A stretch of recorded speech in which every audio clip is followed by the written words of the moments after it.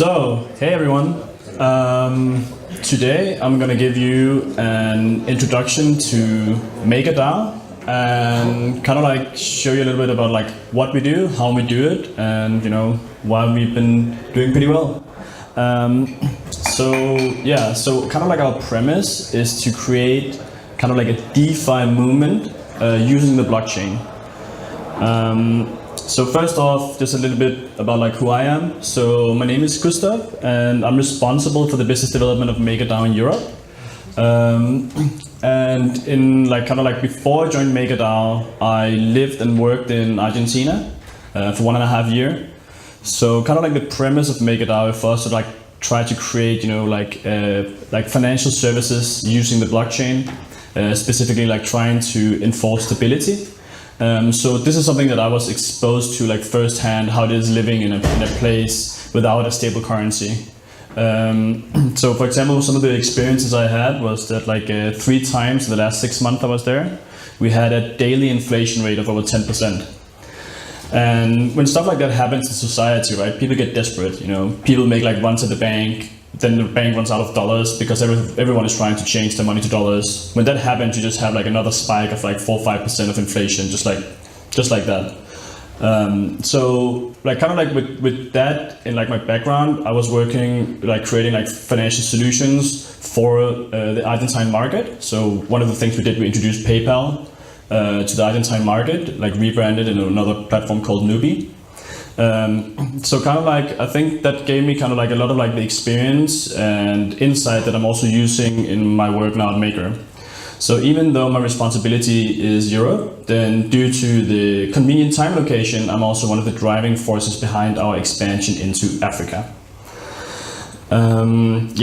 So meet Maker. So we're unlocking the power of the blockchain to create economic empowerment.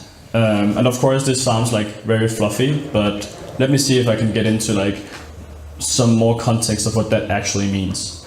So one of the third things that we kind of like identified, like the founding team identified, was all the way back in 2014. So actually before Ethereum launched, we kind of like saw the need for a stable currency in the market.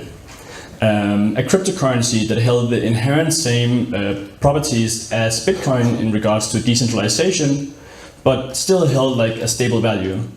So coming like from that point, we are inherently very different from like the centralized stablecoins that we see today, such as like Tether or TrueUSD, where we have managed to create a completely decentralized stablecoin, which holds the core values of what crypto was meant to be and set out to solve, but actually had tried now to create a product that can solve these things. As we all know, if you're like a business, like having high volatility just on a daily basis is something that's just very impossible to deal with, right?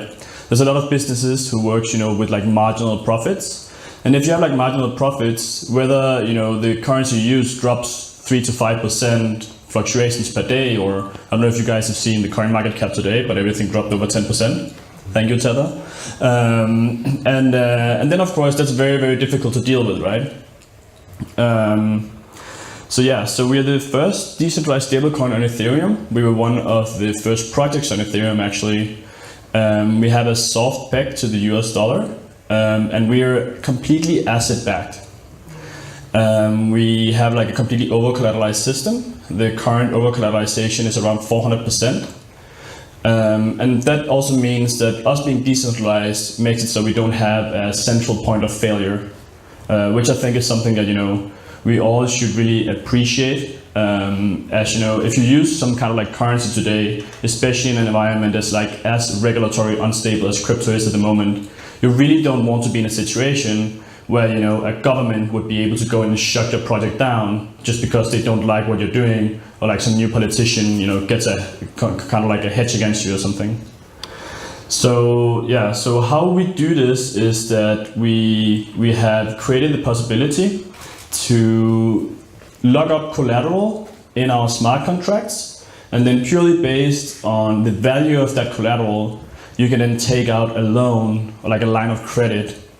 And to like the more technical people here, it actually means that you lock up Ethereum in what we call a CDP, a collateralized debt position, And then based on that value, we print or mint new tokens as we go. So every single DAI that's in circulation is being printed or minted, because someone locked up their Ethereum on the blockchain. So currently we're only backed by Ethereum, but in a few months, this summer, we are launching a multi-collateral DAI where we will open up the possibility for any type of ERC20 token that passes our governance process to be used as collateral. So what that specifically means is that we will not only be backed by crypto assets, but we will also bridge real-world assets such as tokenized bonds, stocks, real estate, and really like the possibilities are endless, right? If you can tokenize it and it has value, we will have a community vote to see if we can get it into the system.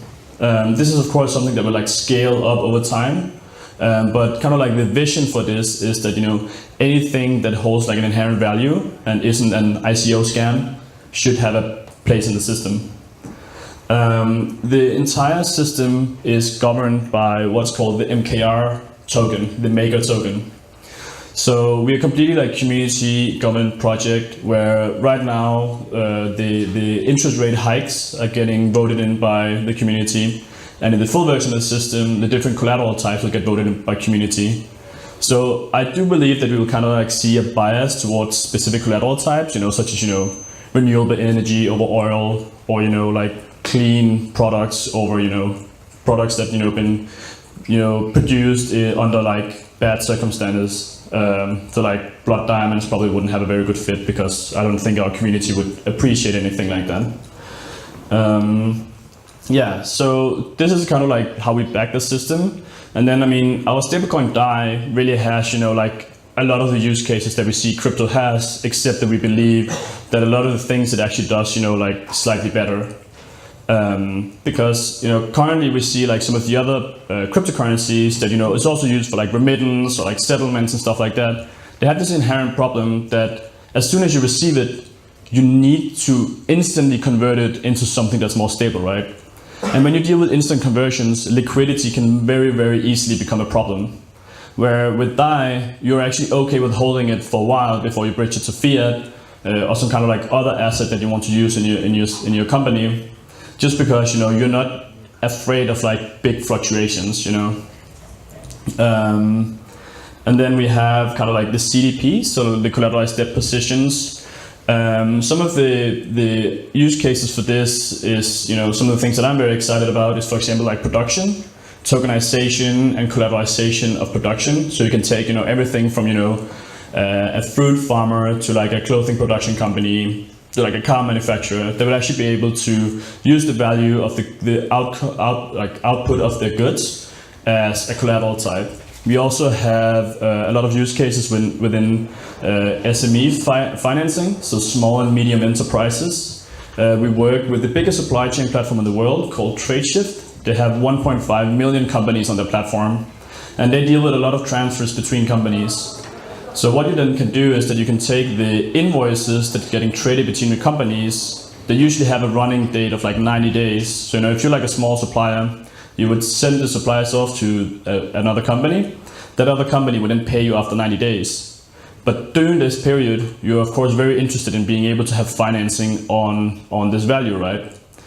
And this currently is a sector that's like pretty predatory in regards to the banks. It's very common to see between 20 and 32% of interest per year for these invoice finances. And this is something that we will be able to do much, much cheaper. And this is of course also why a company like TradeShift, even though we're not quite ready to do it yet, sees a lot of potential in having a collaboration with us. And then currently we see a lot of the use cases for CDPs within trading. So we see people using the CDPs for like either like hedging their positions or like leveraging the ETH positions and stuff like that.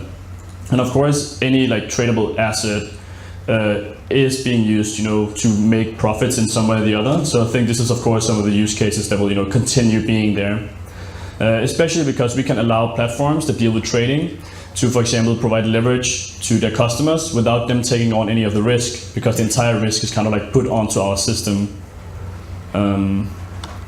Yeah, so some of the things that I'm very, very excited about is kind of the position that we have taken in regards to financial inclusion. Because what really makes our system strong as possible is if we can create as much DAI demand as possible. And we also relatively realistic about that, we don't want to go in, for example, and like combat with like the Danish crown in Denmark or the euro in Germany with DAI. However, we can easily go in and combat, with, for example, Zimbabwe, where they currently don't have a national currency, but they use like a bond system that's made up by the government. Or in Venezuela, where the Venezuelan peso had over 50,000% inflation last year. So for example, in Venezuela, we are currently in the process of setting up 120 locations where you can go in and change Venezuelan pesos to DAI, have it in a wallet, and then when you want to go back to the fiat, you can actually just do it, in small steps. So for example, you can do it before you go shopping or something like that. And that means that you actually would remove a lot of the exposure you would have to the Venezuelan peso. Some of the things that we kind of like do in these countries is that we work a lot with local partners. So what you see on the right of the screen is a DAI debit card that we are about to launch in Nigeria. So this is like a local company who embraced our technology and wanted to create a debit card that would allow the people in Nigeria to have strong access to like DAI as a stablecoin. But at the same time, also allowing them to take out credit. So on this DAI debit card, directly in the application, you will be able to lock up Ethereum and then finance your everyday spendings as you are on the go. So, before you would go to a restaurant, you would just take out a little bit more DAI to be able to pay for your meal. And this would all be backed by Ethereum that you would deposit into the card as well. So in regards to how we kind of like approach these things is that we usually start with finding like some local partners like these guys. Then we go to like a legal like entities such as like law firms. They help provide us like a legal framework we need to operate within. So currently we have around 8 legal opinions globally, and we are scaling it up to many more, just so we can go and like provide some like legal assistance to companies who want to use our crypto, right? Because we don't want people who thinks that we have this amazing technology and want to build on top of it. We of course don't want them to get into legal trouble. So we go in and we take a lot of like the legal battles for them already. And with this legal framework, we can then also approach institutions, right? Because one thing that has become very apparent is that these big companies who has like these like very, very strong compliance departments, they need to see that you do your due diligence and that you do your groundwork before they even want to think about talking with you. Because if they're ever going to get anything passed, even as a POC, they need the compliance department to be like, okay, we're not breaking any laws and this is not illegal, right? So even though we have this like very, very strong sense about like what we want to do in the crypto space, we also just need to be very aware that if we want to hit anything near like mass adoption, we really need to take these battles and we need to work with companies who aren't just like crypto only. And then another thing is we have this like very like grassroots approach. So we actually have, for example, we have this like do-it-yourself meetup kit where people, they can, we sponsor like local meetups. So I can't remember if I have any of the pictures in this presentation, but we did like a completely community-driven meetup in Ghana, where like a local guy who was a fan of Maker, he set up like an entire meetup with like a bunch of people who wanted to learn more about what could this stable currency do for them. And then we kind of like paid him or like sponsored the event and helped them with like food and location and all these things. So we kind of like set up the premise for this group of like interested people to meet up and have a talk about Maker. And then I think like one of the things that we also see with these companies and like why they want to join us, like why would this like local Nigerian company join Maker and like join our ecosystem? And that's because we do a lot of stuff to kind of like facilitate the ecosystem that we have. So we help them with a lot of like the infrastructure. We of course help them with the legal opinions as I stated, but we always about helping them with like on and off ramps in their regions. If for example they need to talk with like a bigger company, we are very happy to like help and facilitate that conversation with them. In general, I mean, I spend like a lot of time like supporting these like smaller projects. We do also have like a community-driven fund, which is called, it's called like the Stable Fund. And there we give grants up to $100,000 on projects that build within our ecosystem. So for example, if you have like a project that is like very focused on working with Maker, and we think that this is a project that deals with some of the values and like core ideologies that we have, then we actually give out grants. So right now we've given, I think it's like 25 grants over the last like 6-7 months or so. And these grants are up to $100,000. So I mean, it's not that we're financing like the entire operation, but depending on where you're from, like where you operate, it can really mean like the world of a difference, right?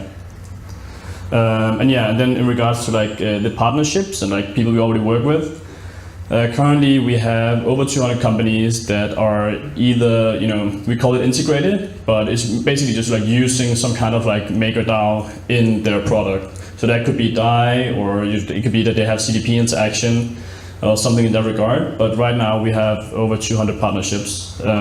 So you can imagine, if we allow you to connect with all these partners, this can really mean like a big difference for like a startup who normally wouldn't have these connections or possibilities without being like part of an ecosystem. And this is like kind of like a general thing I say to like a lot of companies we meet with. Like, even if you don't join the Maker ecosystem, actually joining an ecosystem as a smaller company is something that inherently can benefit you a lot, because they can really help you with like funding, whether it's in form of like grants or VC funding, and then just like general partnerships. And in a sector as the blockchain sector right now, where people just inherently build these like very interoperable solutions, like working together is kind of like the name of the game, right? That's really where I see like why and where we are much better than like a lot of the traditional industries. Oh yeah, and then one of the things that is pretty cool as well. So actually, I'll just show you. So on this slide here, you can see like under statistics. So up here, we have like a lot of solutions that go in and kind of like scan the health and the availability of the system right now. And this is one of them called mkr.tools. At this stage, you can go in at any given moment to this website and see like the exact stats and health of the system. So I took a screenshot yesterday, I think it was, and you can see we have like currently like an overcollateralization of almost 400%. You can see like how much the CDP interactions are. You can see the supply of DAI. You can really follow and track everything that's going on with our protocol. And we have several of these solutions. Some of them more minded towards like trading. Some of them minded towards overall health. Some of them, like this MKR Tools, is really minded towards like trust. Yeah, so just to like wrap things up a little bit before I take a few questions. So this is like some of our websites. We have a very active subreddit. We have a very active Rocket chat, chat.makerit.com. And we also have a very active Twitter. I can actually see that I accidentally took one of the old slides. We just recently hit 25,000 followers on Twitter and have 6,500 on Rocket Chat and 7,000 something on Reddit.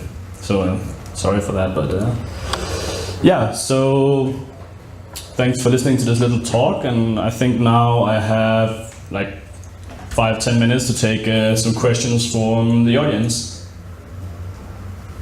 Yeah? So I would like to know how is the stability of the token maintained?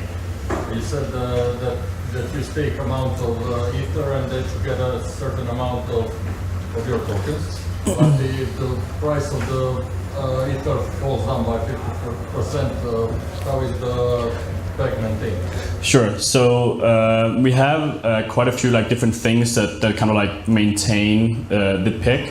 And one of them is that we always need to have like a complete over-collateralization in the system. So currently the minimum over-collateralization is 150%. So if you have $150 of Ether, you can borrow up to $100 of DAI. But that would be a very risky position, right? Because we do like liquidate or margin calls, depending on what you want to call it. So if that threshold would just like go slightly below, then we would go in and sell off your position with a 13% penalty in what we call like an arbitrage auction. So the arbitrage auction is where we have these, like, they're called keepers, and it's like an automatic software that anyone can run, and they will then go in and sell off your collateral to make sure that we get the amount of DAI that you have taken out. So that, we always are sure to have a complete over-collateralization in the system. So of course, as you can imagine, throughout the last year or so not so much the last 2 or 3 months, but before like last year especially, we saw a lot of liquidations, and actually like in November, it was around like $1 million that these keepers had earned on like a 3% discount. So this is kind of like how the system is completely over-collateralized. And then the second part of it is that we influence, because since we have a source peg, we are pretty dependent on having a supply and demand equilibrium. And then we increase or decrease the stability fee accordingly to what the supply and demand looks like. And then, so this is the current version of the system. In the full version of the system, we're also implementing the DAI savings rate. So you will actually get an interest rate for holding DAI. This is something that I'm especially very, very excited about, because if you see kind of like our competitors on the stablecoin side, they are very dependent on having this interest rate in the bank, right? That's how, like Tether and like Gemini and USDC, that's how they make their money, right? That's by, having, let's say, like $1 billion in the bank, and those $1 billion pay them out like a few % a year, and that's how they finance the operations. So we are then taking this interest rate, because if you use a currency, then that interest rate is originally meant for you, right? That's something that the central bank pays, has set like payout on the currency, so that everyone benefits from using that specific currency. So right now, if you have like dollars in a bank account, depending on the bank, then you get paid like a little bit every month, or like a little bit every year, for using dollars and getting that interest rate. So what we're implementing is an interest rate that gets paid out hourly. It will be a change directly on the smart contract level, so it actually won't cost gas fees. And then it will be a yearly interest rate, but again, it will be paid out hourly. So when we have that interest rate, and we have an interest rate which is called the stability fee on the CDP side, then we have some way to incentivize demand by either increasing or decreasing the interest rate for holding DAI. We also have a way to increase or decrease the supply through increasing or decreasing the stability fee on the loan part of things.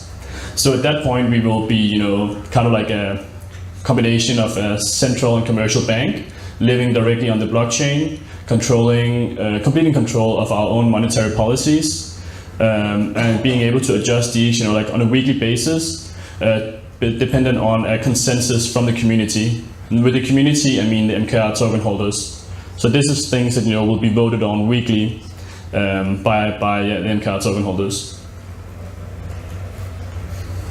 Yeah. I would like to know about so it was an initial ICO for the initial 1 million maker tokens distributor. You have a pie that we can see the distribution of these original maker tokens. Sure. So we didn't do an ICO actually. We found out that one of the big things in a decentralized governance system like this is that if we did an ICO, we would have the potential for someone to go in and buy like a very large chunk of the system, and thereby be in control of like what's going on.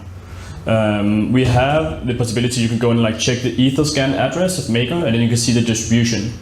We currently have around 26% of it, a little bit above, in the kind of like the Maker Community Fund, which is used to finance the Maker team's operations of taking this product not only to multi-collateral DAI launch, but also further beyond that to critical mass, as we like to call it. And then like the second largest position in there is around 10%, and that's Rune Christensen, our CEO and founder. And then you can kind of like see as it comes down, it becomes like smaller and smaller. We are not able to vote with the fund we have, so it's not like we have like 26% we can just go and like control the system with. And currently Rune, he's also refrained from voting as well. But of course, in the future, the way that we will sell off like the rest of the fund is something that we have done. For example, we just did like a closed governance round where we sold off $1 million worth of MKR, which at that point was around 0.5%, to like 6 different VCs who committed to voting and participating in the weekly governance calls. So we're constantly, aiming and looking at how can we, increase the distribution of MKR tokens, so we will be, as decentralized as possible, and incentivizing as many people to kind of like join this as possible. Another thing is that, a lot of the proposals that's getting done now is being discussed in this like weekly governance meeting. It's every Thursday. So even if you don't hold like a big portion of MKR, you can go in and voice, your opinion. You can go and like put up these like scientific arguments as to why a certain thing should happen in the system. And in that call, you would have some of the people with more MKR who, will potentially like listen and then, either vote for or against the proposal that you came up with, right? So we are having this like very like scientific approach to things, where everything is being done by people coming in, presenting data and like scientific arguments as to why we should go one direction or the other. I think I have the time for one short question more. Yeah. I'm just interested in the collateral. You said the collateral is almost 400%. Yeah. So, and you pose your case as selling actually security. You're selling stability. You're actually selling some stability for the asset or the money what he gives. So my question is, what's the motivation for anyone user to lock up 40% of something to get only 100%? And it's probably many people in this case, which I cannot grasp why. Okay, so I think that's actually like fairly easy. So like in the current version of the system, I'll be a little bit quick because I only have 1 minute. In the current version of the system, people are really looking to leverage the Ethereum position, right? So you could log up $100 of Ethereum, take out $50 of DAI, use that $50 of DAI to buy more Ethereum, lock that Ethereum up, and then actually you can gain like a pretty natural leverage on the safe side up to like 2.5 times. So right now, if you want to like increase your exposure to Ethereum, you would do that, right? In the full version of the system, the debt to collateral ratio, which currently with Ethereum is 66%, will be very different depending on the asset, right? So if you have like a big, very safe real estate portfolio, you could probably, loan it up to like 80%, something like that. So it's because the current version of the system, we're backed by this like super volatile asset, where people, really want to like increase the exposure they have to Ethereum. That's kind of like the sentiments now. But in the full version of the system, the parameters will be very different depending on the underlying asset. So I don't know if that answers your question more or less. Partially. Okay, partially. If not, I think I'm done here with the time. So if any of you guys have any questions for me, you can just find me. I'll be around all day. And thank you very much for listening.